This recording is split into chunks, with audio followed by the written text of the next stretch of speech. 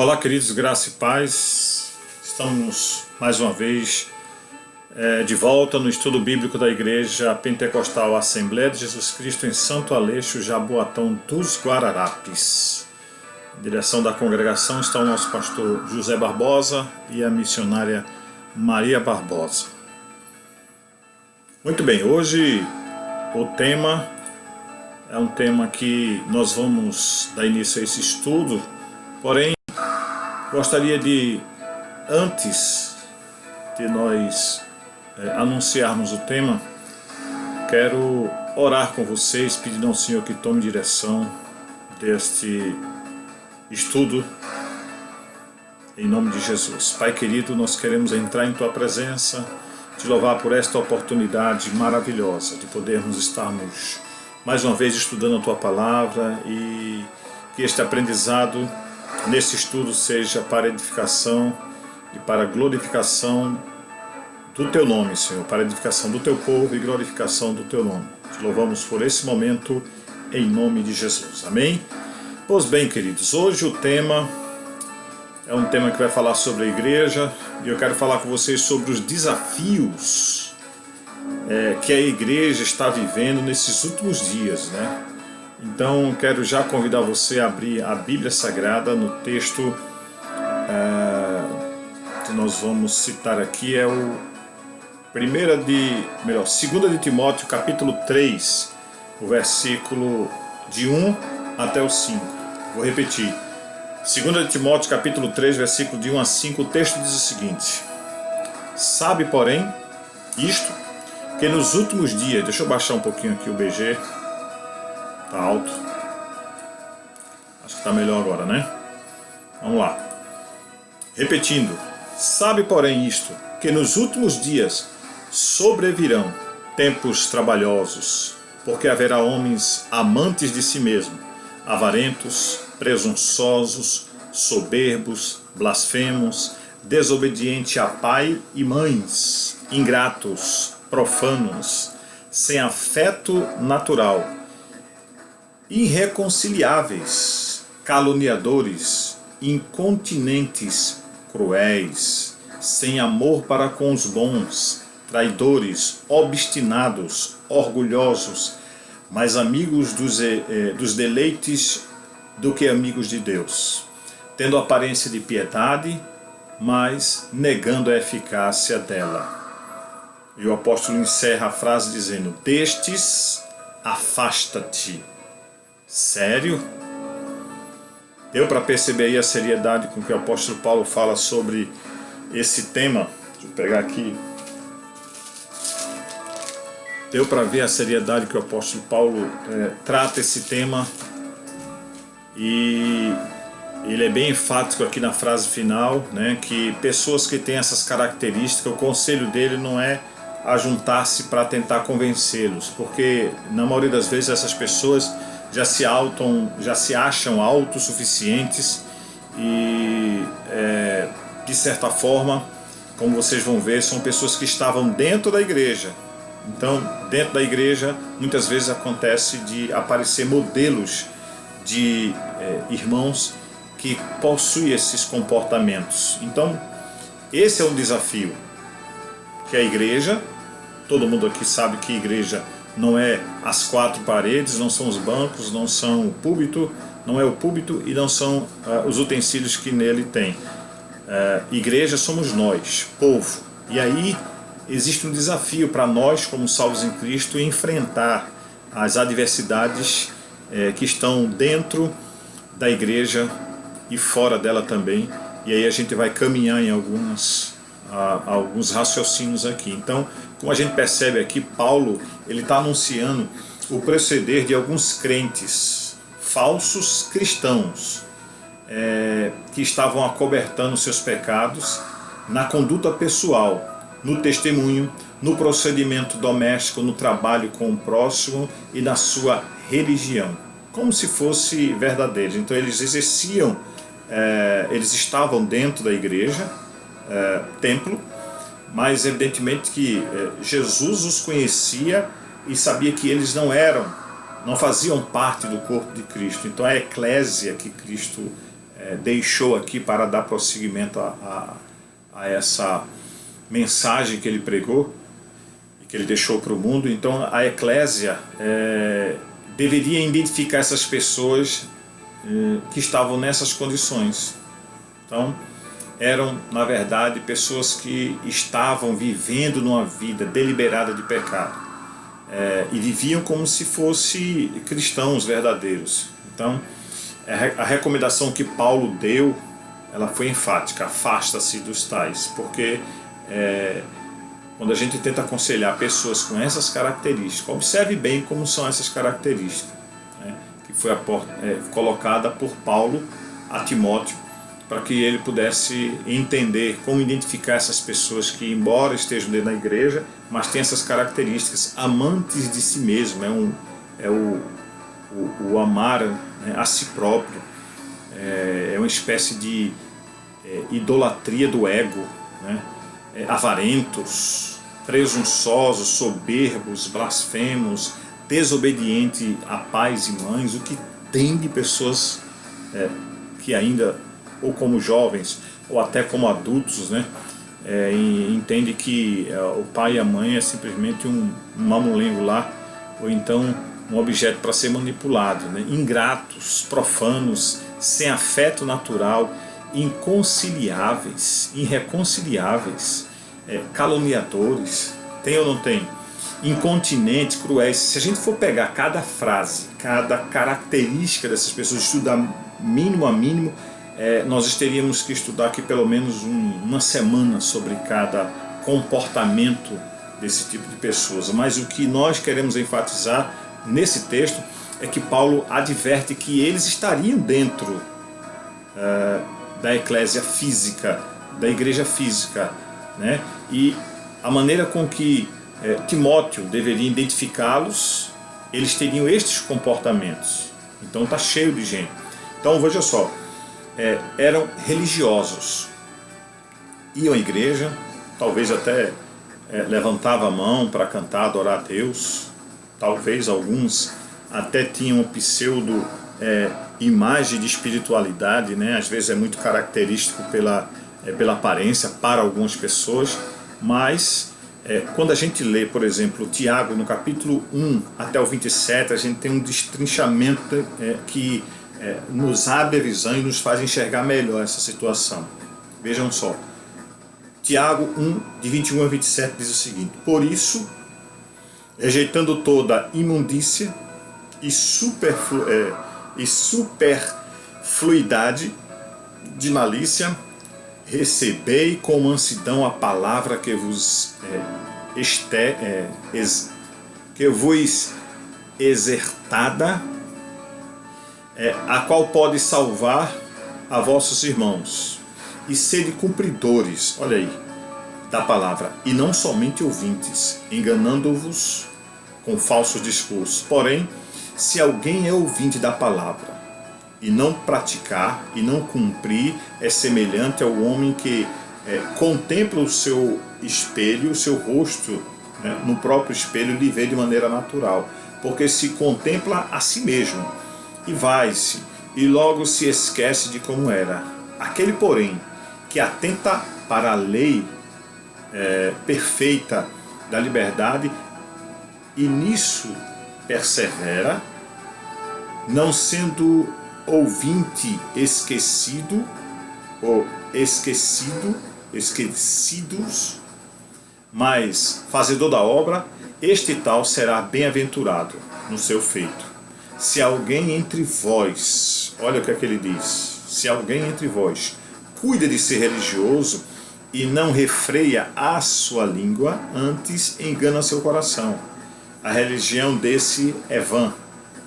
A religião pura e imaculada para com Deus, o Pai, é esta: visitar os órfãos e as viúvas, e nas suas tribulações, e guardar-se da corrupção do mundo. Veja, nesses versículos que aparecem em Tiago, capítulo 1, versículo de 1 a 27, o próprio Tiago, ele também deixa claro, né? Se alguém é ouvinte da palavra e não é cumpridor, é semelhante ao homem que contempla o seu espelho no seu rosto natural. Então, é a ideia exatamente de comportamento religioso, né? É só para mostrar, aparecer para os outros.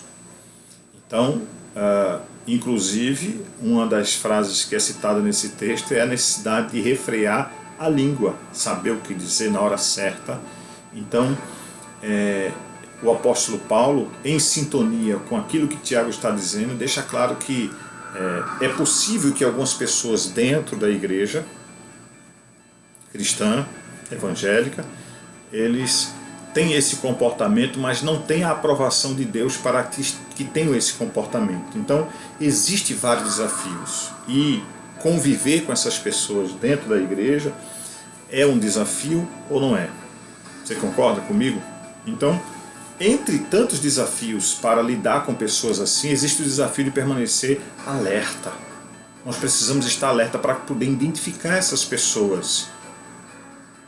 Tem que identificar essas pessoas, porque pessoas com esse tipo de comportamento, ele bloqueia o crescimento da igreja, bloqueia pessoas de chegarem a Jesus, bloqueia os projetos que são colocados para ser efetivado dentro da igreja. Então, é preciso que a igreja do Senhor esteja acordada, vigilante. Tá? Quando você lê Mateus 13 e 25, vai estar aparecendo lá a parábola do joio e do trigo. Então, na plantação, né, entre aqueles que estão dentro da igreja, tem o joio e tem o trigo. O trigo, ele é um pouco parecido, cresce junto, ou melhor, o joio é bem parecido com o trigo, cresce junto até. Porém, se arrancar o trigo, se arrancar o joio agora, vai danificar o trigo. Então, o momento da colheita, da separação, de fato será Deus, na vinda de Jesus, que irá ser feito isso aí. Porém, nós precisamos perceber essas pessoas para se afastar delas. Tá? Claro que a gente diz se afastar, no sentido de não concordar com aquilo que está sendo feito, não se associar com os mesmos hábitos que essa pessoa está tendo dentro da igreja. Então, existe isso como o primeiro desafio da igreja, permanecer alerta para poder identificar. Então, entre identificar e simplesmente cruzar os braços, é melhor estar alerta. Então, esse é o primeiro desafio entre alguns, né? Existem vários, mas eu coloquei alguns só aqui que a igreja precisa ter: o desafio de permanecer alerta. Então esteja alerta, esteja vigilante, tá? Então, além desse desafio, existe outro desafio chamado desafio de não ceder às pressões que a igreja sofre. Ora, verdade.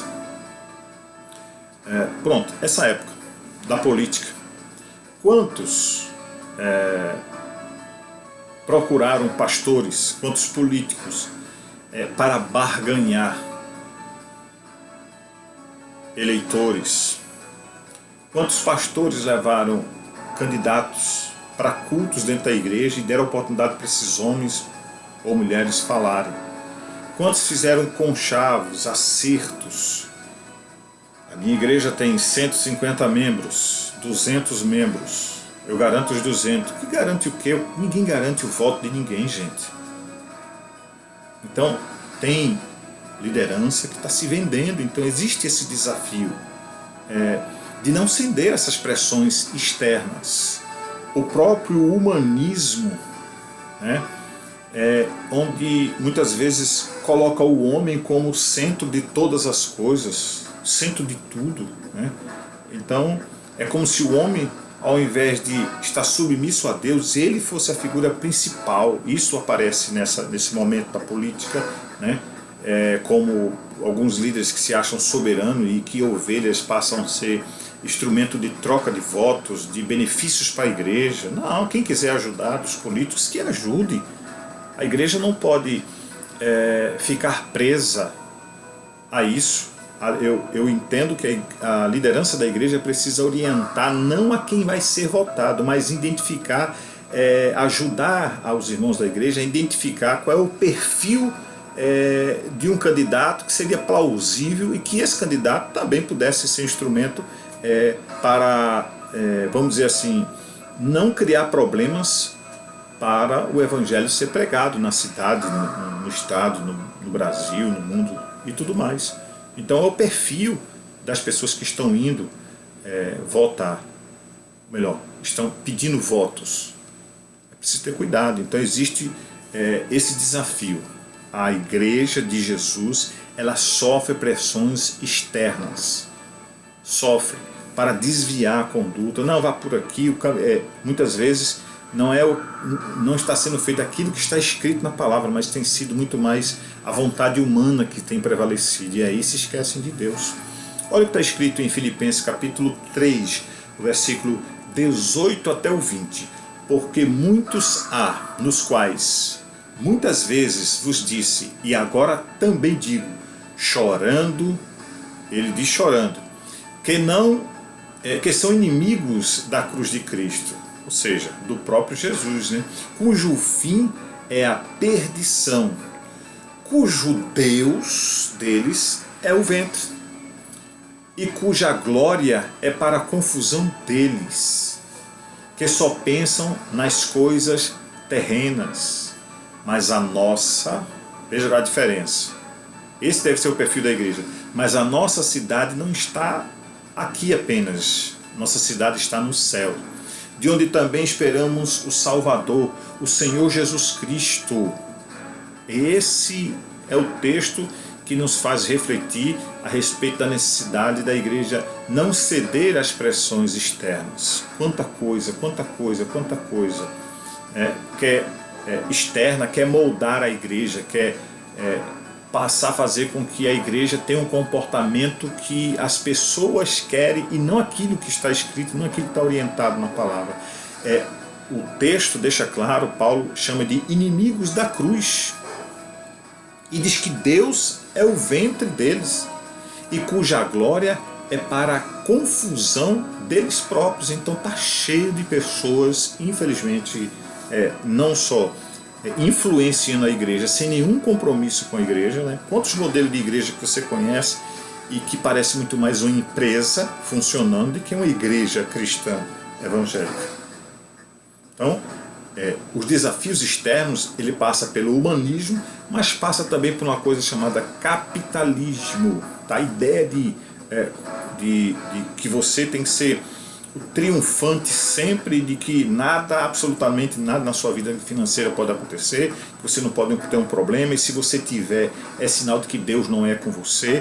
Isso são pressões externas, isso é a ideia do capitalismo. Igrejas, megas igrejas, às vezes não tem a quantidade de membros para suprir aquela necessidade financeira para manter aquele templo, ou as despesas que há nele, então vão apelar e, ser bem claro, muitas vezes quase que metendo a mão no bolso das pessoas que frequentam a igreja. Toma lá.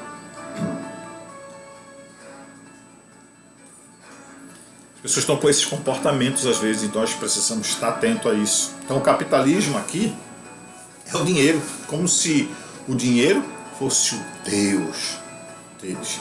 Eu quero lembrar que esse texto de Filipenses capítulo 3, o 18 ao 20, também se aplica a esse desafio, tá? De que a igreja não pode viver só preocupada com a vida financeira da igreja. Quantas pessoas que eu conheço que são dirigentes de igreja, que dirigem, ou que presidem igreja, vamos melhor colocar aqui, e que basicamente o assunto dessa pessoa quando entra em contato com seus liderados é só falar de dinheiro. Isso é capitalismo. A igreja, ela necessita de ajuda financeira, o seu administrador tem que cuidar da parte financeira da igreja, é claro, mas esse não é o principal assunto a ser tratado em reuniões e tudo mais. Tem outras áreas da igreja importantes, né? O projeto para continuar o evangelismo, de ganhar vidas para Jesus, as estratégias, tudo isso requer, claro, um apoio financeiro, tá?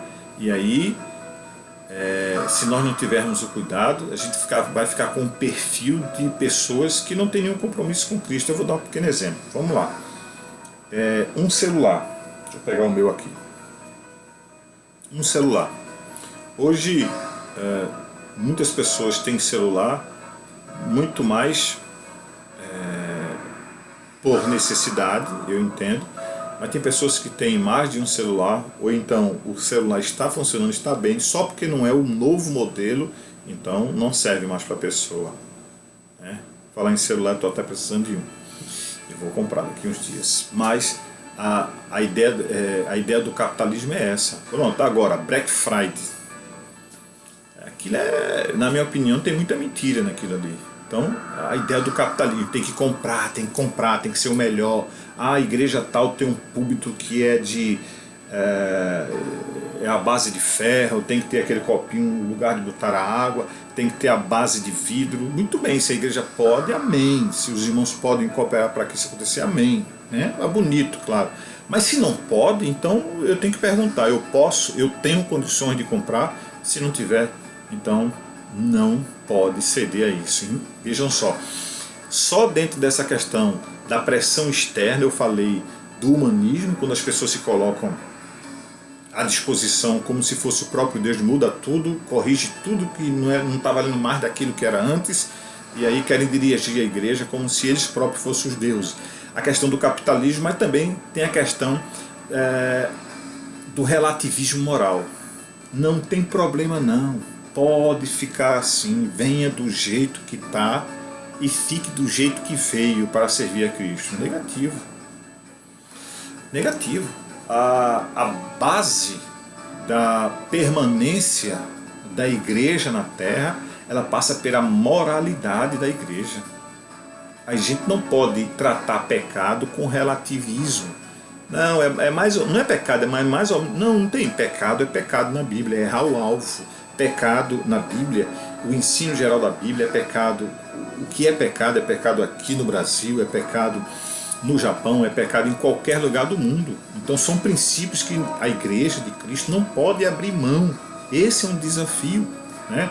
Então é só lembrar o que tem escrito lá em 1 João, capítulo 3, versículo 9, que o nascido de Deus, ele não comete pecado, porque a sua semente permanece nele e não pode pecar porque é nascido de Deus. Então, quando a pessoa resolve deliberadamente pecar com escolha pessoal por conta do livre-arbítrio e permanece no pecado, está sujeito a perder a sua salvação e, mesmo estando na igreja, frequentando a igreja, cometendo o pecado, mesmo se alguém da igreja não souber, ou se a própria pessoa não confessar, e se alguém tomar conhecimento, ou se a pessoa confessar, quem for tratar esse momento não pode levar o pecado no relativismo. Não, tudo bem, beleza, pecou, fica aí tranquilo. Não, está errado. Tem que haver uma moralização. Então, poucos púlpitos hoje falam sobre pecado, sobre o que é pecado e as consequências dele. Então, é um desafio hoje. Veja que eu ainda estou no segundo desafio que a igreja vive nos últimos dias. Só sobre a questão das pressões externas, o quanto você entendeu que o desafio é grande. Tá? Quando a gente fala de pecado na igreja, para alguns irmãos é uma coisa terrível, as pessoas não querem dar atenção, né? E aí vai entrando aos poucos, né? Aí, por exemplo, qual é a pressão externa dentro dessa área do pecado? E que a Bíblia reprova: a questão da ideologia de gênero, a homossexualidade, o casamento, o relacionamento fora do casamento, a prostituição e as consequências do leque que é prostituição, fornicação, adultério, a exposição do corpo como instrumento de atração sexual e tantas outras coisas. Então isso deve ser combatido na igreja, através de estudo, através de repreensões, através daquilo que a palavra de Deus ensina. Então, isso é um desafio da igreja nos últimos dias, porque tem igreja que está levando isso de uma maneira muito relativa. Não, é desse jeito e tal. Não pode ser assim, tem que ter respaldo bíblico, entenderam? Então vamos lá, para o terceiro desafio. O terceiro desafio seria de viver a santidade. Veja como as coisas que está sendo ditas vão se encaixando para buscar essa perfeição. Então o desafio de viver a santidade é preciso vencer o cristianismo de baixa qualidade. Então existem pessoas, existem igrejas que não pregam mais sobre a necessidade de viver em santidade. E santidade é simplesmente você entender que ser santo é ser separado por Deus para não viver o pecado. Então, esse é o desafio, de viver é um dos desafios, de viver em santidade. É preciso vencer com o cristianismo, com a palavra de Deus e dizer e deixar claro que Deus é santo. Deus é santo. E por ele ser santo, ele exige que aqueles que se relacionam com ele busquem também santidade. 1 Pedro capítulo 1 e versículo 16 diz isso, tá? Então, é outro desafio. Desafio de viver a santidade, separado. Eu não estou falando de ser santarrão, não estou falando de ser uma pessoa que projeta uma imagem de absolutismo, de perfeição absoluta. Negativo. É deixar claro que mesmo depois de ter entregue a vida para Jesus, nossos pecados foram perdoados, estamos vivendo um processo de santificação na busca constante a isso, e que a cada dia que passa a gente vai crescendo, melhorando até a estatura de varão perfeito, como disse o próprio apóstolo Paulo. Então esse desafio é um dos desafios da igreja. E também tem o desafio de ser voz profética. Isso. Voz profética. A voz profética que deixa claro que aquilo e isso e aquelas coisas, a proceder com aquilo é pecado. Então tem que ser voz de Deus no meio de uma geração perversa, corrompida. Deus conta com sua igreja como instrumento de viver exatamente e de declarar a palavra profética, não só dentro da igreja, mas fora da igreja. Então vai aqui a pergunta, quando as pessoas se relacionam com você, como é que essas pessoas lhe enxergam? De que maneira você tem sido voz profética no trabalho, em casa, na rua, nos ambientes onde Deus tem lhe levado? Ser voz profética às vezes traz consequências que a própria pessoa não gostaria, mas por dizer a verdade vai sofrer algumas consequências. Então vamos lá, vamos tentar esmiuçar, ou destrinchar, melhor dizendo, isso aí. Você lembra de João Batista lá diante de Herodes? Ele teve que falar verdades para Herodes, e por conta dessas verdades a própria cabeça dele acabou sendo decepada numa bandeja de prata. Sabia muito ele. Então João Batista deixou claro que, sendo voz profética, muitas vezes haverá consequências contra a vida daquele que é voz profética, como a própria igreja que precisa ser voz profética. E eu quero dar um exemplo melhor. Vamos aqui colocar, lembra do apóstolo Paulo, acho que é capítulo 17 de Atos dos Apóstolos, onde Paulo ele vai a Atenas, né? E diante dos adoradores de Diana, de Efésio, do deus Baco, Netuno, né? Porque ali era o berço da filosofia da época. Havia os epicureus, os estoicos. Dá uma lida depois lá, capítulo 17 de Atos dos Apóstolos, você vai ver que o apóstolo Paulo ele se coloca naquela situação lá e ele olha todas aquelas imagens, aquela idolatria, e ele se posiciona. Ele vê que em um dos altares não havia a figura de um ser humano ou de qualquer animal, e ele olha aquilo ali, mas embaixo está escrito assim: ao Deus dos judeus, o Deus desconhecido. E ali ele vê uma oportunidade de pregar a palavra, de anunciar, de ser voz profética, para que as pessoas entendessem quem realmente era Deus. E você sabe das consequências. Então você deve ser voz profética aí na sua igreja. Denunciar o pecado significa dizer que você vai expor o pecado de alguém na igreja, mas de condutas, de ações que podem estar sendo equivocadas, ou pela liderança, ou por algumas pessoas na igreja. Então você tem que ser voz profética, falar a verdade. Quantas vezes eu já não fui, tive algumas consequências por falar a verdade, por dizer coisas que a Bíblia condena, e aí depois vi algumas consequências para mim, mas eu assumi isso como voz profética de que Deus não aprovava tal situação. E claro, apesar das consequências que o homem pode nos levar, existe também o próprio Deus que vai nos trazer a garantia de livramento, de proteção, assim como foi, por exemplo, com o próprio apóstolo Paulo. Então a igreja vive um desafio de ser voz profética. Então eu quero conclamar você, onde quer que você esteja, sendo instrumento de Deus, seja a voz de Deus, né? Libere palavras como sementes, que haja crescimento e abundância de coisas boas na vida das pessoas, e você não vai estar dentro daquele modelo de crentes que o apóstolo Paulo citou e que nós citamos, né, no início da nossa leitura. Então a igreja também ele vive outro desafio, chamado desafio de preservar e influenciar as pessoas. Mateus capítulo 5, versículo 13, Jesus diz que nós deveríamos ser sal da terra e luz para o mundo.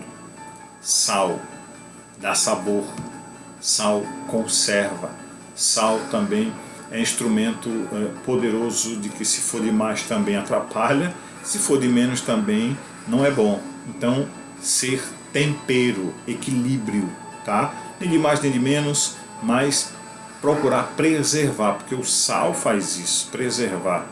E a luz é uma representação de influenciar. Qualquer ambiente escuro, quando você acende a luz, você tem uma outra visão, você enxerga melhor as coisas. Então, a ideia que é passada por Jesus para que nós devemos ser sal da terra e luz do mundo é ser sal para preservar aquilo que está dentro da palavra de Deus, mas também ser luz no sentido de influenciar. Então, um dos desafios da igreja, né, estou colocando aqui alguns, e este me parece que é o quinto desafio, é o desafio de preservar, de manter e de influenciar dentro da igreja. Então, um líder que não influencia outras pessoas dentro da igreja é complicado. Um cristão que, no meio de pessoas que não tem compromisso com Deus, não influenciar no meio das pessoas é complicado. Então esse é um desafio também para a igreja de Jesus nos últimos dias, ser sal e luz, influenciar e preservar a palavra de Deus, influenciar as pessoas e preservar a palavra de Deus. Amém? Outro desafio, sexto desafio, é o desafio de manter a comunhão com Deus. Ai, é verdade. Quanta coisa. Toma mais água. Quanta coisa acontece no dia a dia para nos afastar de Deus, para nos tirar da presença de Deus. São problemas em casa, no trabalho, no trânsito, no dia a dia. Então buscar a Deus está sendo apenas, para algumas pessoas, apenas em alguns cultos. Buscar a Deus é apenas quando eu vou à igreja, quando eu vou cultuar. Não, você busca a Deus em casa, no trabalho, onde você estiver, com oração, com louvor, com adoração. É um momento de buscar a Deus, e esse é um desafio, ainda mais nessa pandemia, né? Tem muitos irmãos que cruzaram os braços, tem muitos irmãos que perderam as esperanças, tem irmãos que pararam de evangelizar, de ganhar almas para Jesus, igrejas que estão apáticas, sem estratégias para esse momento. Então a gente tem que orar a Deus, tem que buscar a Deus estratégia para vencer esses desafios. Tem manter a comunhão com Deus, lendo a palavra, orando, estudando assuntos como esse momento, que vai alimentar mais a sua fé, vai aumentar a sua imunidade para as coisas que poderão acontecer no dia a dia. Então esse é o desafio, manter a comunhão com Deus, manter a comunhão, porque facilmente você deve conhecer pessoas que começaram deixando de ir à igreja um dia, deixou de ir outro, parou de orar, parou de ler a palavra e começa as coisas acontecerem e vai levando as pessoas aos poucos a se afastarem da comunhão com Deus. Então hoje é um desafio também para a igreja, para nós hoje, o desafio de manter a comunhão com Deus. Sétimo desafio é o desafio, queridos, de permanecer na palavra. Eita, são tantos, né?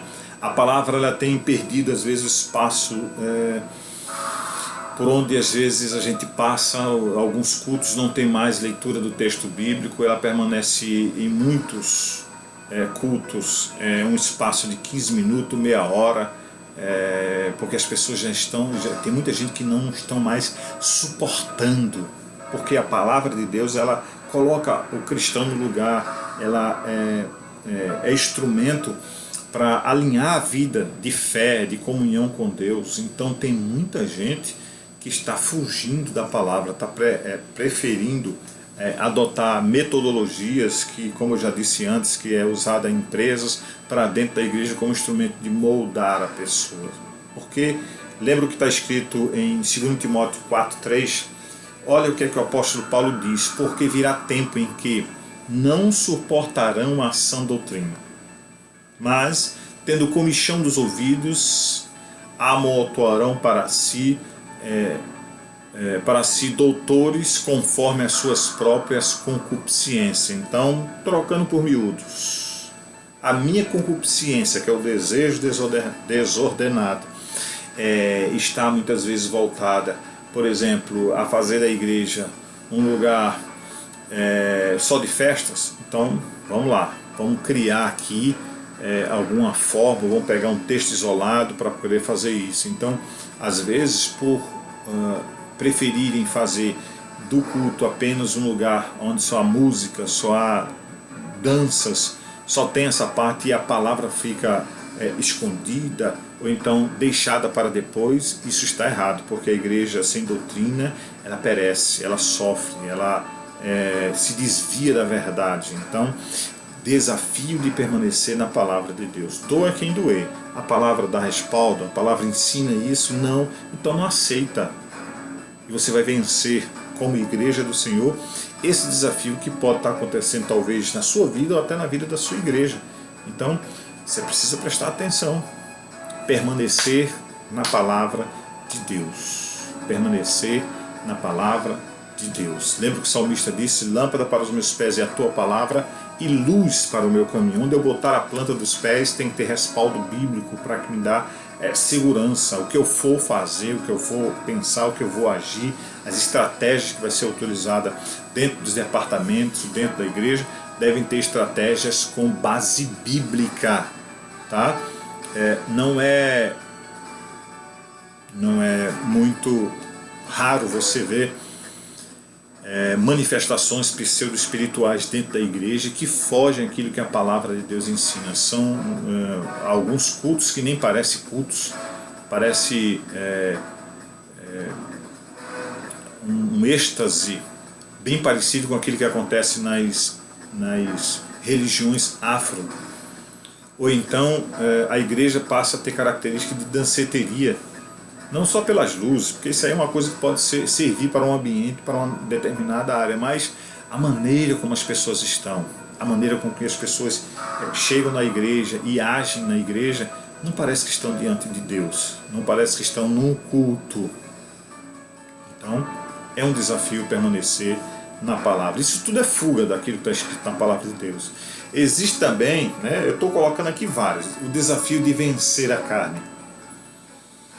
Aí está um dos piores inimigos do ser humano: vencer a carne. O inimigo, ele age nessa área muito, tá? Quando você vê Gálatas capítulo 5 e o versículo 24, quando Paulo mostra lá uma relação de a partir do capítulo 25, ele começa a mostrar os desejos desordenados da carne como comportamentos que prevalecem porque a carne está reinando. Ele também vai mostrar também a partir do capítulo 22, o que é que os frutos do Espírito eles fazem. E para concluir, no versículo 24 ele diz: e os que são de Cristo crucificam a carne com as suas paixões e concupiscências. Vencer a carne. É o que Paulo está dizendo. Gálatas 5:24. Vencer, crucificar a carne com as suas paixões e concupiscências. Pintou o desejo, pintou a vontade. Palavra de Deus. Pintou o desejo, pintou a vontade. A carne quer reinar? Não. Controle. Você tem o Espírito Santo de Deus. Controle a sua carne, como diz aí, né? Tanto homem como mulher. Então, nessa área são os desejos desordenados, né? A concupiscência, desejo desordenado. É preciso ser contido. E não venha dizer que a carne reina, não. Porque quem tem que prevalecer é o Espírito Santo de Deus que há na sua vida, e você vai enfrentar essa situação, tá bom? Desafio de manter a unidade cristã. Aí é bronca, porque trazer a unidade da igreja é um desafio muito grande. Quando a gente lê, por exemplo, Atos capítulo 9, versículo 31, a gente vai ver o que é que aconteceu quando a igreja estava unida. Assim, pois, as igrejas em toda a Judéia e Galiléia e Samaria tinham paz e eram edificadas e se multiplicavam andando, olha o segredo, andando no temor do Senhor e consolação do Espírito Santo. Então, eles eram edificados, tá? Pela palavra de Deus, tinham paz na vida e se multiplicavam porque andavam com temor a Deus e eram consolados pelo Espírito Santo. Então, este tem sido um grande desafio nestes últimos dias, de verdade. Temos tido em nosso meio relacionamentos cortados, ministérios lutando contra si, e isto é imoral. Isto é muito mal. Então, é bem possível que você já deve ter visto aí na internet igrejas sendo divididas, departamentos que se foram desfeitos, grupo A, grupo B dentro da igreja, provocando divisões, pessoas que saíram do ministério e falam mal, ou então denunciam pecados da liderança. Tudo isso aí são formas que o diabo age para, vamos dizer, expandir a igreja, não, mas dividir a igreja. Quem expande a igreja é Jesus, mas Satanás foi o primeiro que dividiu. Começou a dividir lá em cima, no céu. E o desafio da igreja é esse, manter a unidade. Quando a gente lê o capítulo 2 de Atos Apóstolos 3 e as consequências que vão acontecer, as maravilhas e tudo mais que iam acontecendo, você pode ver que o capítulo 2 vai mostrar que a igreja estava unida no mesmo propósito, não tinha melhor do que o outro, os relacionamentos eles estavam juntos em todas as situações, as pessoas da igreja. Então, o ministério de uma igreja, né, não pode lutar entre si. Tem pastores lutando contra pastores da mesma denominação ou de outra denominação, justiça e tudo mais sendo colocado como isso, né, e é complicado, né? Então, esse é o desafio da Igreja do Senhor, se manter unida nesses últimos dias. Eu faço parte de um conselho de pastores que tem aproximadamente 26, 27 igrejas. São igrejas que professam a mesma fé em Cristo Jesus, porém alguns são de segmento mais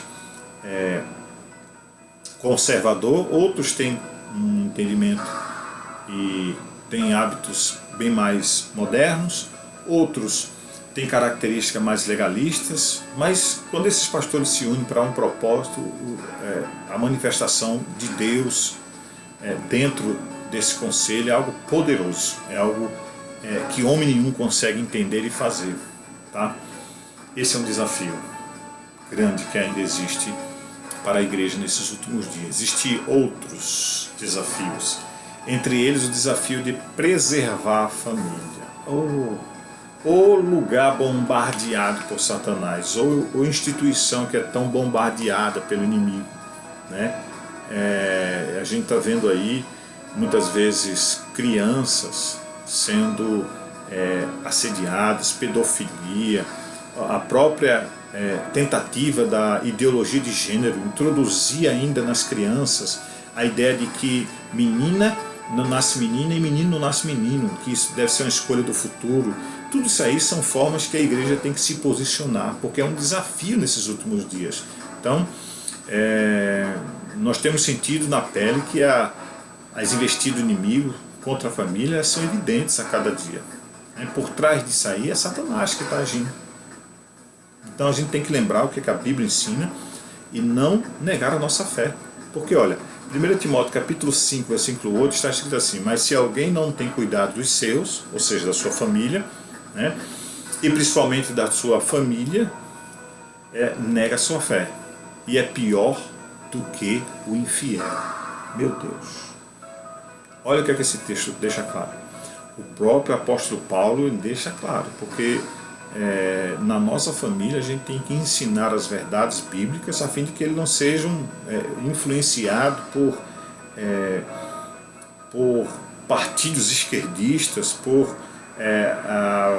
as ideias marxistas, comunismo e tudo mais, que ao invés de entender que Deus existe e o homem precisa de Deus, eles vão de encontro a tudo isso aí. E a gente precisa estar alerta. A igreja, a família precisa ser protegida.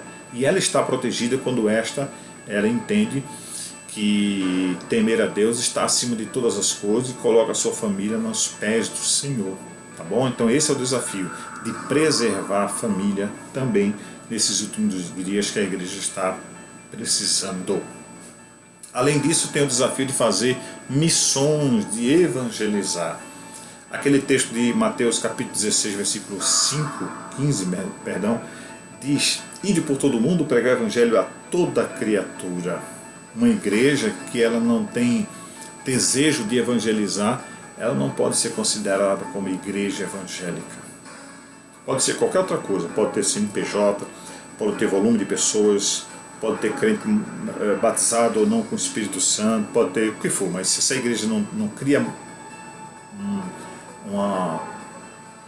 ou os líderes não incentivam os irmãos a buscarem a Deus para evangelizar, aprender e evangelizar acima de tudo, né? É um desafio. É um desafio porque não está fácil, ainda mais nessa pandemia que ficou mais difícil ainda. Então a igreja tem que ter estratégia. Muitas vezes a igreja tem negligenciado, esquecido de anunciar o evangelho. É preciso saber que a missão principal da igreja, ela não é erguer templo. A missão principal não é botar tijolo em cima de tijolo. Negativo. A prioridade da igreja deve ser o evangelismo, é levar mais pessoas a Cristo, porque as seitas estão crescendo porque não param de pregar as verdades que eles acham que é verdade, enquanto a igreja de Cristo às vezes está apática, recuada, estacionada, congelada, engessada também, e aí às vezes isso não acontece. Então é um desafio também da igreja nos últimos dias evangelizar, tá?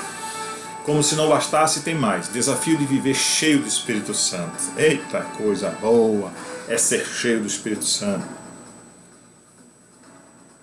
O apóstolo Paulo, em Efésios capítulo 5, versículo 18, ele diz o seguinte: e não vos embriagueis com vinho, onde há contenda, mas enchei-vos do Espírito Santo. Sabe que esse encher do Espírito Santo não é buscou hoje, buscou amanhã, não. É uma constante. É a ideia de você buscar hoje, amanhã e sempre. Buscar ser cheio do Espírito Santo. Pastor, como é que eu conheço alguém que é cheio do Espírito Santo? Ele fala línguas, o cara baixou, o cara subiu, gosta de fazer aquele movimento. Não, isso não é cheio do Espírito Santo, não. Isso é movimenteiro, é gente que quer aparecer. É gente que acha que tem o Espírito Santo. Pode ver, essas pessoas que gostam disso, muitas vezes não gostam de estudar a escola bíblica, não gostam de ler texto, não gostam de ser confrontado com verdades que estão na palavra. São pessoas que são levados por uma onda que acontece por conta do contexto. Às vezes tem pessoas que estão do lado, em frente, sei lá como, que fazem isso, ele acha bonito e vai fazer também, mas não está na Bíblia essas manifestações com esse extremismo, tá? Então ser cheio do Espírito Santo, eu volto a dizer aqui que está escrito em Gálatas capítulo 5, versículo 22. Mansidão, temperança, domínio próprio, e entre outras coisas, ser cheio do Espírito Santo é produzir frutos do Espírito Santo. Esse, sem dúvida, é um grande desafio. Ser cheio do Espírito Santo, né? E a ideia de ser cheio do Espírito Santo é ser dominado, ou ter uma vida dominada pelo Espírito Santo de Deus, é ser envolvido pelo Espírito Santo de Deus, tá? Eu creio no batismo com o Espírito Santo, creio nos dons espirituais, mas nessas palhaçadas que eu estou vendo por aí, isso aí não é coisa de Deus não. Então a gente tem que se precaver. Pastor, como é que eu sei? Eu vou dar um estudo depois sobre isso, mas a princípio, vai ler Mateus 11, melhor, 1 Coríntios capítulo 11, 12, 13 e 14. 4 capítulos para começar. Tem mais coisas, mas por enquanto vai ler esses textos aí, tá bom? Um outro desafio da igreja também, não, na verdade eu separei 14 desafios, gente, 14. Eu estou aqui, deixa eu ver aqui, esse é o 13º desafio que a igreja, que eu apresento como necessidade que a igreja tem, o desafio de voltar à prática da oração. 1 Tessalonicenses capítulo 5, versículo 17, é uma frase pequenininha, mas tem um enorme sentido para todos aqueles que são cristãos. Orai sem cessar. Ou seja, não pare de orar. Não pare de orar, né? Muitas vezes a religiosidade leva a pessoa a proceder que está orando só porque está de joelho, olhos fechados. Nem sempre as pessoas que são muito cheias de Deus têm esse apenas proceder, mas orar a Deus significa manter essa relação com Deus, comunicar-se com Deus, conversar com Deus constantemente. E uma coisa é clara, a liderança tem que ser exemplo disso. Oração. Nós somos convidados pelo Espírito Santo todos os instantes à prática da oração. Orar. Quem ora tem vitória. Quem ora tem experiência com Deus. Quem vive uma vida de oração aprende a ter discernimentos, aprende muita coisa com Deus, e Deus se revela a cada dia para aqueles que gostam de buscá-lo em oração. O último desafio que eu apresento aqui para vocês é o desafio de se manter um culto bíblico na igreja. Isso. Culto bíblico. As pessoas, quando vão à igreja, parece que vão passar a carteirinha num clubezinho para ter entrada e querem show na igreja. Não pode ter esse tipo de comportamento. Porque Paulo, quando escreve aos Romanos, capítulo 12, versículo 1, ele diz assim: rogo-vos, pois, irmãos, que pela compaixão de Cristo, ou de Deus, que apresenteis os vossos corpos em sacrifício vivo, santo, irrepreensível e agradável a Deus, que é o vosso culto, racional. Então, com razão, cultuar a Deus, ou adorar a Deus, ele passa a ser não apenas um ato religioso dentro da igreja, mas passa a ser um estilo de vida que a pessoa vai ter, o que faz, o que pensa, como age.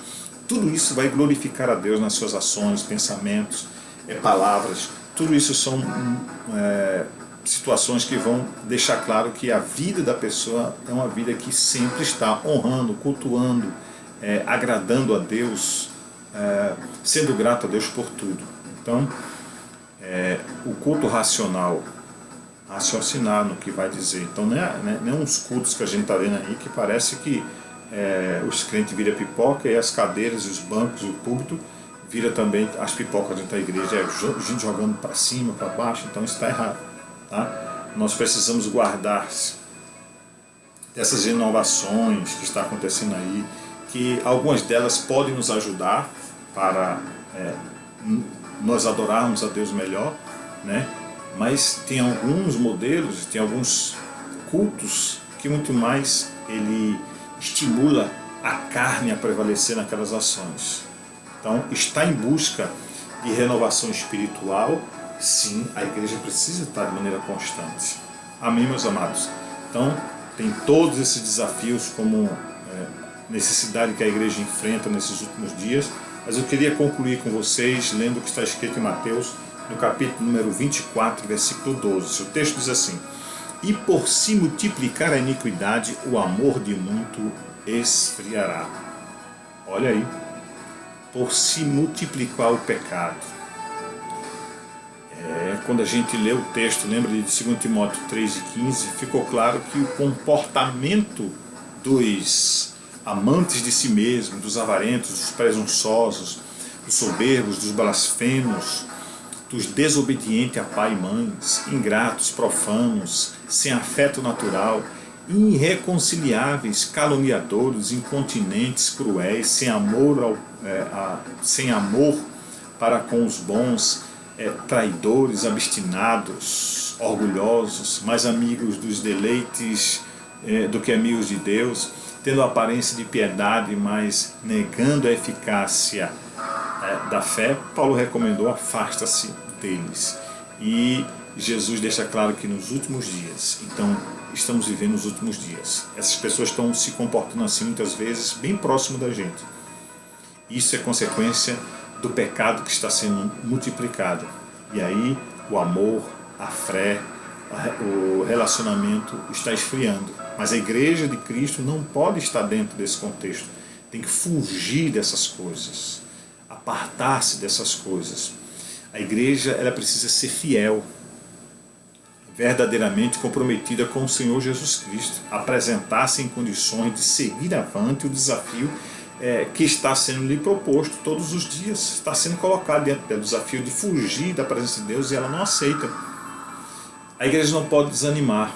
A igreja, ela pode ter números, ela pode ser grande, ela pode ter pessoas com várias formações, mas precisa lutar contra esses desafios que estão sendo colocados diante dela, tá bom? Então não importa se é numericamente, né? Acabam desvirtuando aquilo que a Bíblia diz. Ela pode, ao mesmo tempo, ser uma igreja de um número de pessoas muito grande ou um número de pessoas muito pequeno, não importa, é a igreja de Cristo. E mesmo com as dificuldades que eu aqui coloquei, de desafios que se enfrentam na igreja, a igreja, ela é capaz de vencer, porque Jesus deixou claro: estarei convosco todos os dias até a consumação do século, para dar poder. Eis que eu vos dou autoridade, poder. A igreja ainda sobrevive, ainda caminha na terra, e Satanás tenta afugentá-la, tenta pará-la, mas ela permanece, porque Jesus disse em Mateus capítulo 16: edificarei a minha igreja e as portas do inferno não prevalecerão contra a igreja. Então, não desanime, igreja, não desanime, minha irmã, não desanime, meu irmão, tá bom? Esses desafios, eles acontecem, mas nós temos um Deus que nos ajuda a vencer e nos capacita a todo e qualquer desafio que nós pudermos enfrentar. Por isso, eu quero convidar você agora para fazer uma oração, para falar com Deus. Vamos falar com Deus agora?